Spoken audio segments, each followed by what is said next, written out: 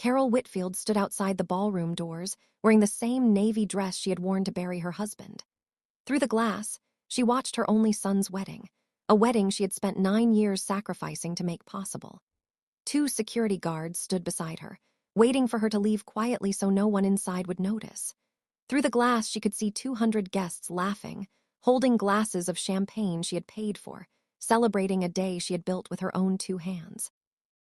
Her son stood at the front of the room in a black tuxedo, and for one moment his eyes met hers through the glass. Time stopped. Carol expected confusion. She expected him to excuse himself. She expected him to rush across the room asking what had happened. Instead, he hesitated, then he looked away. He did not walk toward her. He did not ask a single question. A wedding coordinator gently touched his elbow and whispered something into his ear. He nodded, that was all.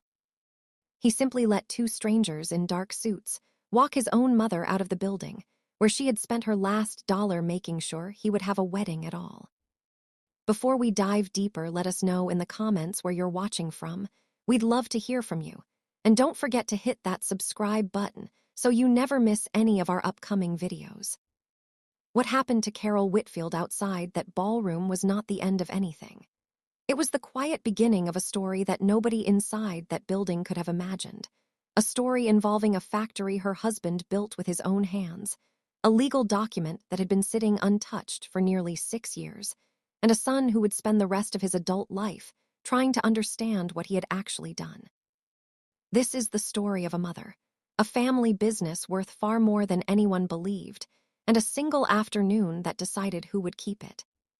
To understand what happened at that wedding, you first have to go back almost 3 decades, to a rented duplex on the outskirts of a small Ohio manufacturing town, where Carol and her husband Harold Whitfield were raising their only son on the promise of a business that barely existed yet.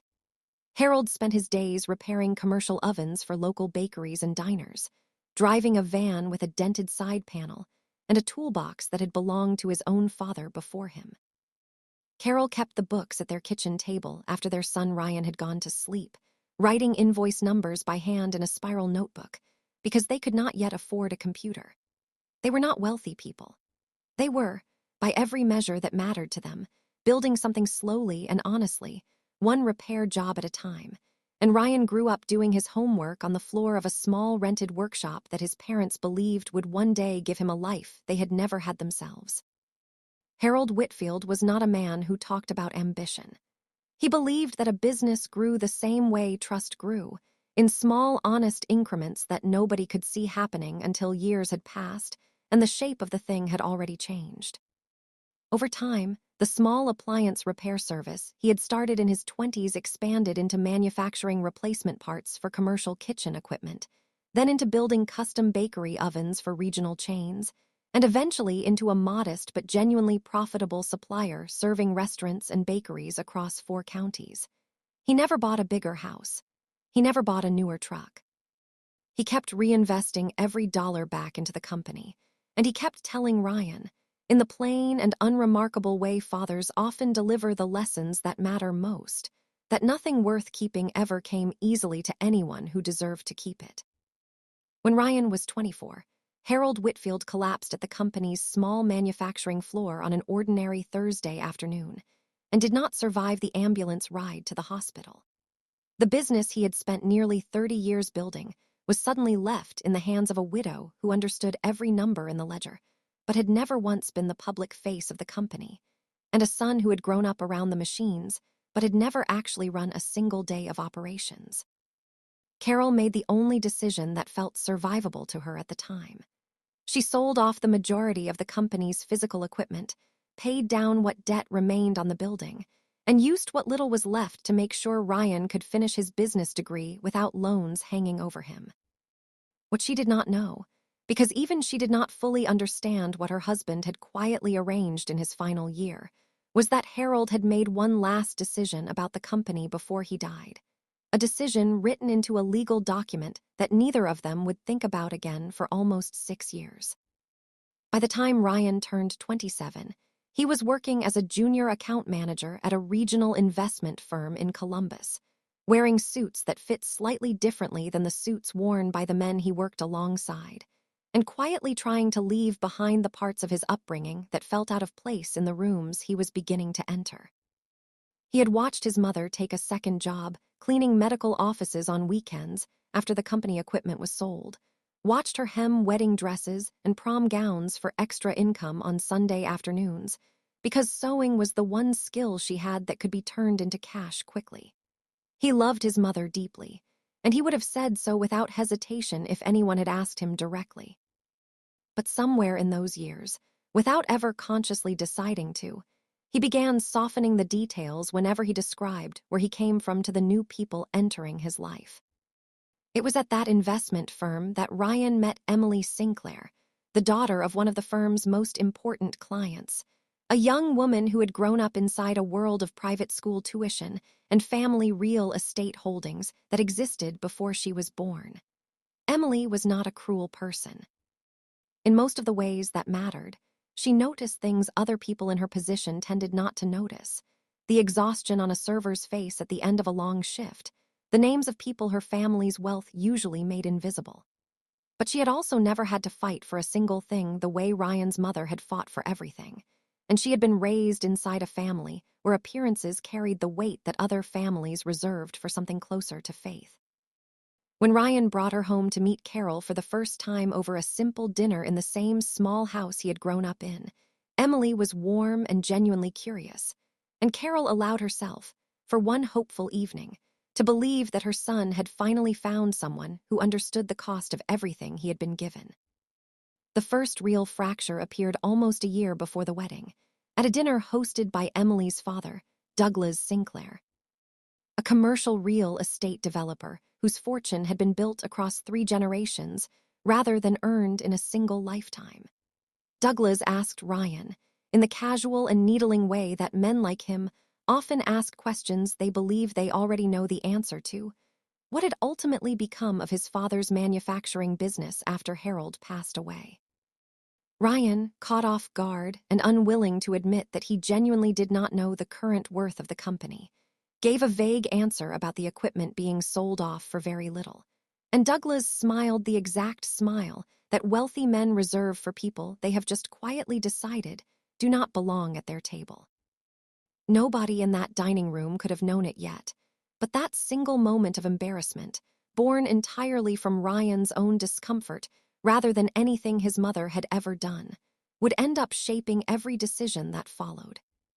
Over the months that followed, as wedding planning moved forward, Douglas Sinclair began, slowly and then far less subtly, reshaping the way Ryan saw his own mother. It began with comments framed as helpful suggestions about photography, gentle recommendations that certain relatives sit further from the head table where the professional photographer would be working. It continued with quiet remarks about the way Carol dressed, about the age of her car parked in the circular driveway of the venue Douglas had personally selected, about her hands, still rough from years of physical work despite the money she had spent to look presentable. None of it was said with open unkindness. It was delivered the way people with money often deliver cruelty, disguised as practical advice, as concern for how the day would look in photographs that would last a lifetime. And Ryan, desperate to be fully accepted into a world that had never entirely opened its doors to him, began absorbing those comments instead of questioning a single one of them. Carol noticed the change in her son long before the wedding day arrived, though she could not have named exactly what was happening between them. She noticed his phone calls growing shorter, his visits growing rarer, a small flinch that crossed his face whenever she mentioned covering another wedding expense out of the modest retirement account she had spent over a decade rebuilding after the company was sold. She never once considered stepping back from paying for any part of it. In her mind, this was simply what a mother did, the same way Harold would have done it without a second thought if he had lived to see this day, and she told herself the distance growing between them was nothing more than the ordinary strain of wedding planning, a season that would pass once the ceremony was behind them. She did not yet understand that her son was being reshaped, one small comment at a time, into someone who had started to see her as something to be managed rather than someone to be honored. 3 weeks before the wedding, Carol emptied nearly the last of what remained in her savings, finalizing payment for the catering deposit and the final alterations on Emily's gown, an expense Douglas had specifically requested come from what he called the groom's side of the ledger, despite his own family's far greater ability to absorb the cost without noticing it at all. She paid it without a word of complaint, the way she had absorbed every financial pressure of Ryan's adult life since the day Harold died.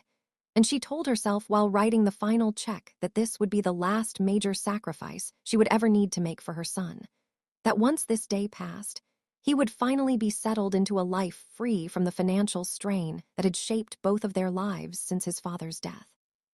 She had no idea that this act of generosity would soon be used, by the very family she was helping to support, as further evidence of exactly how little she belonged among them.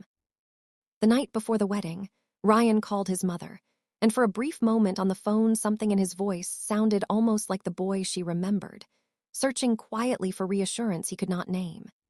He asked her, almost as an afterthought, whether she was excited for the next day, and Carol told him, with the plain honesty that had defined every conversation between them for years, that she had never in her life been prouder of anything. She did not know that earlier that same evening, Douglas Sinclair had sat down privately with Ryan and with Emily's mother, Patricia, and had raised, for the first time in direct terms, the idea that Carol's presence at the ceremony itself, in her modest dress and without the polish surrounding the rest of the guest list, might become a distraction in wedding photographs meant to define this family's image for years to come. She did not know that her son had sat through that entire conversation and had said nothing in her defense.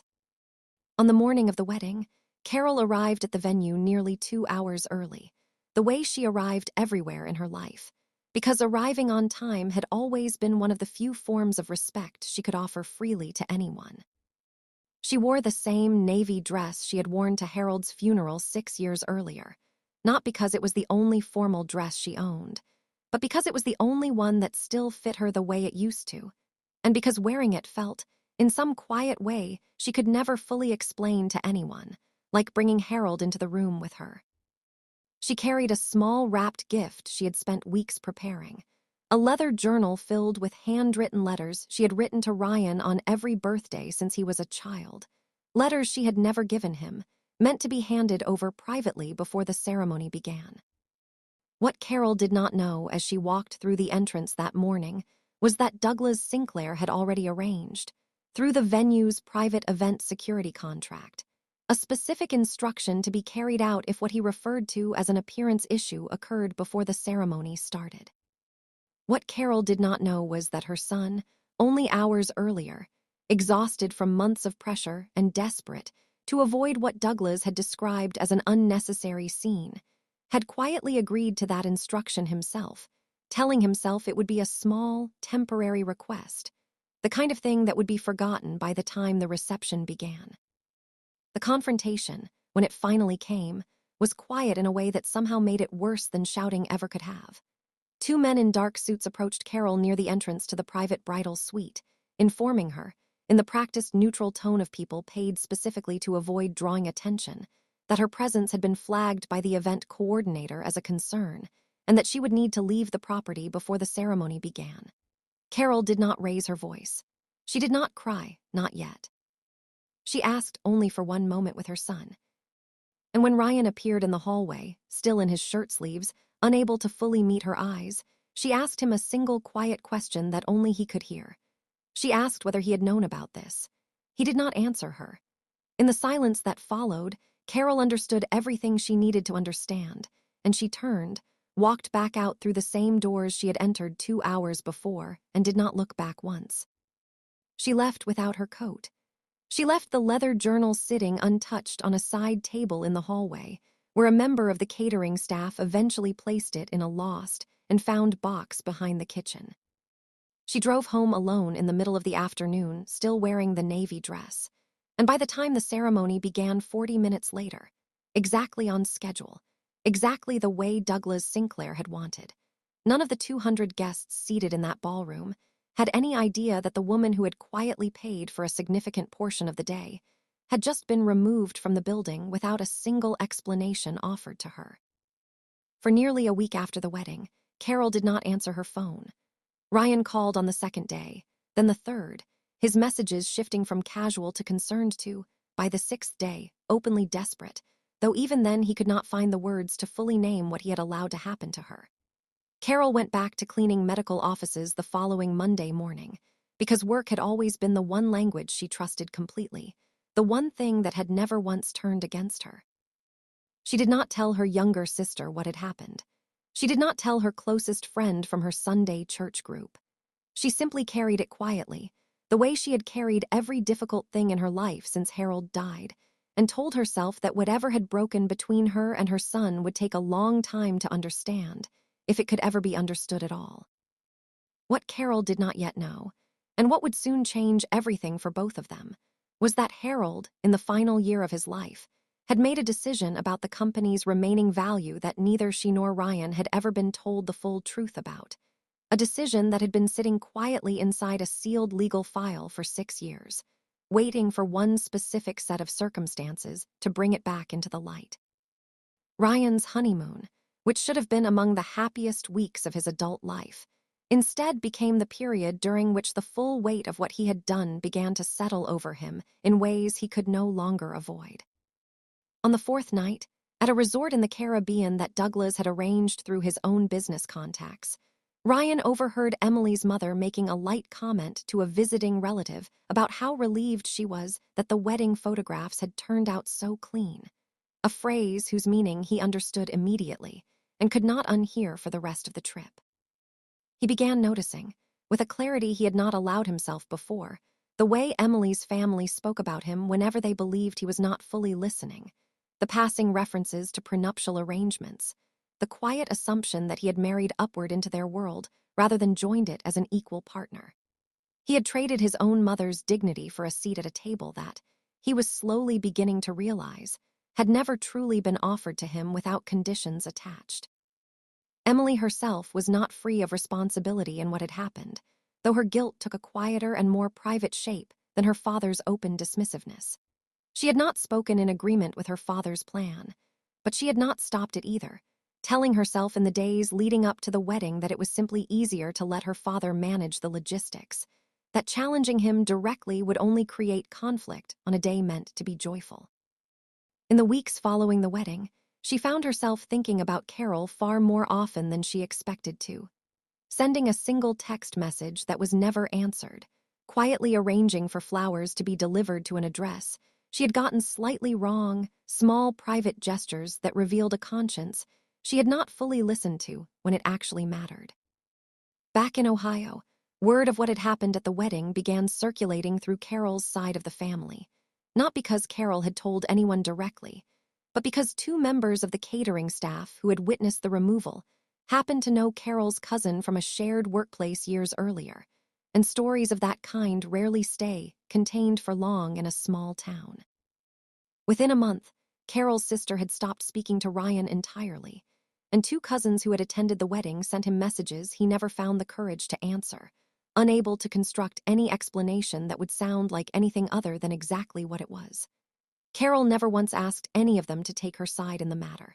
They did it entirely on their own, and their collective silence toward Ryan became its own quiet verdict on what he had allowed to happen to his mother. 6 weeks after the wedding, on an unremarkable Tuesday morning, Carol received a phone call from a man named Arthur Delaney, an attorney who had handled legal matters for Harold for nearly 2 decades, and whom she had not heard from since the estate had been settled 6 years earlier. Mr. Delaney told her, in a careful and measured voice, that a matter concerning Harold's original estate documents required her presence at his office as soon as she was able to come in. A matter that had remained dormant, he explained, until a specific condition written into the original paperwork had finally been triggered by recent events. Carol, confused and slightly unsettled by the timing, agreed to come in the following week, having no idea that this single phone call was about to reveal something about her late husband, her son, and the manufacturing business she had long believed was sold for almost nothing. That would change the remainder of her life. Ryan heard about the meeting almost by accident, through an offhand comment from a cousin who still spoke to him more out of habit than genuine warmth, and something in the mention of his father's name alongside the word estate made him invite himself along, unable to shake the feeling that whatever this was, it mattered a great deal. Carol did not object to his presence at the meeting, though she did not encourage it either. She had not yet decided what she wanted her relationship with her son to look like going forward, and some quiet part of her suspected that whatever Mr. Delaney was about to explain would end up making a great deal of that decision for her. In Mr. Delaney's office, surrounded by the same worn law books that had lined his shelves since Harold's very first visit there decades earlier, mother and son learned the truth that had been waiting patiently inside a locked filing cabinet for 6 years. Harold Whitfield had not, as Carol believed, allowed the manufacturing equipment to be sold off for a modest and unremarkable sum. In the final year of his life, quietly and without telling his wife or son the full extent of what he was doing, Harold had restructured the surviving portion of the company into a minority ownership stake in a growing national bakery supply distributor, a stake that had, over the following 6 years, grown into a holding worth several $1,000,000, and he had placed that stake, along with the entirety of the family trust, directly and irrevocably in Carol's name alone. But the money itself was not the part of the revelation that stopped the room cold. Mr. Delaney explained, reading carefully from a clause Harold had written and revised multiple times during the final months of his life, that a specific portion of that trust had been set aside exclusively for Ryan, to transfer to him only after his wedding day, and only under one condition that Harold had insisted on writing with unusual precision. The transfer would occur if, and only if, on the day of his wedding and in every year following it, Ryan treated his mother as the person who had made his entire life possible. If that condition was not satisfied, control of the full trust would remain with Carol alone, indefinitely, at her sole discretion, with no appeal process and no exception written anywhere into the document. Ryan sat in that office and understood, in a single unbearable moment, that his father had somehow anticipated the exact kind of pressure his son might one day face, years before it ever happened, and had built a legal safeguard not around the money at all, but around his mother's dignity. The fortune had never been the true purpose of the clause.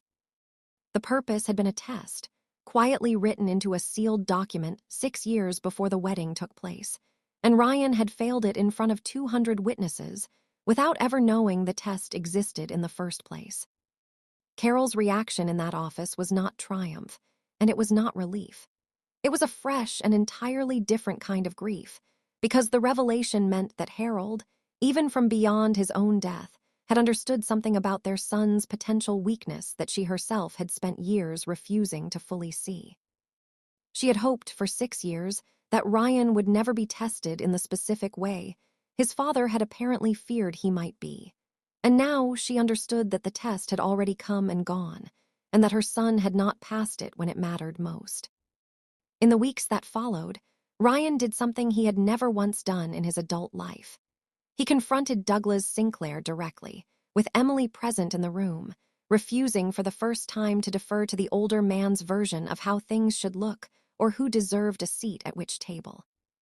The conversation did not repair anything quickly, and Douglas, unaccustomed to being challenged by a son-in-law he had always privately considered beneath his daughter, responded with the same cold dismissiveness he had used to shape Ryan's decisions from the very beginning. But something shifted permanently in the way Emily looked at her own father afterward, and for the first time in her adult life, she began to understand exactly how much her own silence had cost a mother-in-law she had barely allowed herself to know. Carol did not restore the trust to its original terms, and she did not disinherit her son either. She chose instead the quieter, and in many ways far more difficult path of simply waiting, without anger and without any particular hurry, to see who her son would choose to become now that the full truth was sitting in the open between them. She used a portion of the money to finally step away from cleaning offices on weekends, not because the money had changed a single thing about who she was, but because she finally allowed herself, for the first time in over a decade, to rest without guilt attached to it. Ryan began showing up, slowly and without being asked to, for small moments that had nothing to do with the trust or the money at all.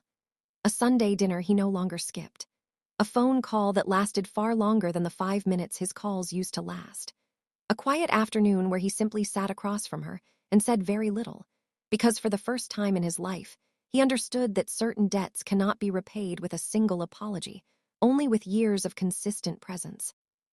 Whether his marriage to Emily would survive what her family had done remained genuinely uncertain, and this story does not offer a tidy resolution to that question, because in real families, the kind that actually exist outside of any script, some things stay unresolved for a very long time, and sometimes they never fully resolve at all. What this story ultimately reveals is something quieter and more uncomfortable than a simple lesson about greed or family loyalty. It reveals how easily a person can be talked into abandoning the very people who made their entire life possible, not out of hatred toward them, but out of a fear of never fully belonging somewhere new. Harold Whitfield understood that fear better than almost anyone, and rather than punishing his son for a mistake he had not yet made, he built one final, quiet safeguard designed to force Ryan to choose, when it actually cost him something real, exactly who deserved his loyalty. Carol Whitfield raised the money that built her son's entire life, and she raised the son himself, largely alone, after losing the man who had started it all beside her. In the end, the money came back to her, exactly as her husband had intended it to.